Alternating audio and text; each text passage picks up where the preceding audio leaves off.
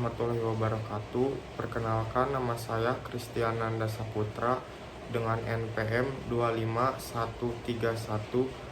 251310022 dari Prodi Keuangan dan Perbankan.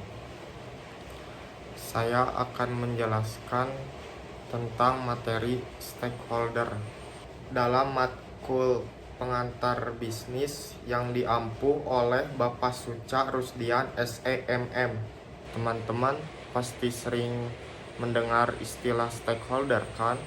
Ya, istilah stakeholder sering kita temui pada proses-proses pengambilan keputusan sebuah organisasi dan perusahaan. Lalu apa sih sebenarnya stakeholder itu? Menurut Freeman dalam Groening, stakeholder merupakan individu-individu yang tergabung dalam suatu kelompok yang memengaruhi tindakan, keputusan, kebijakan, dan tujuan organisasi.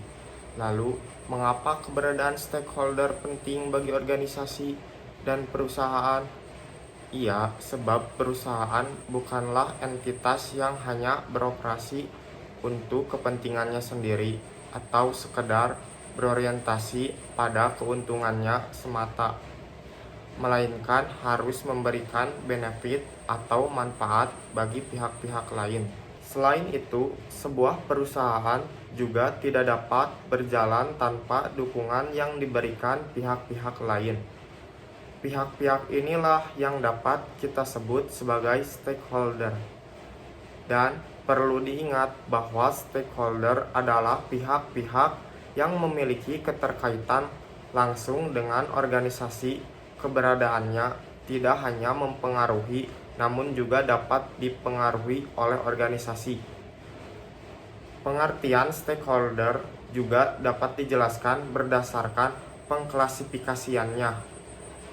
Casali membagi stakeholder berdasarkan lingkup aktivitas, yaitu stakeholder internal dan stakeholder eksternal.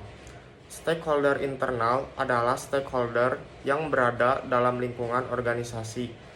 Contoh stakeholder internal dalam konteks organisasi bisnis adalah pemegang saham, manajer, dan karyawan.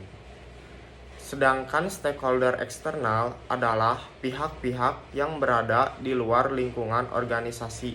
Contoh stakeholder eksternal: konsumen, pengantar, pemasok, bank, pesaing, komunitas, pemerintah, kelompok, pemerhati, dan media massa.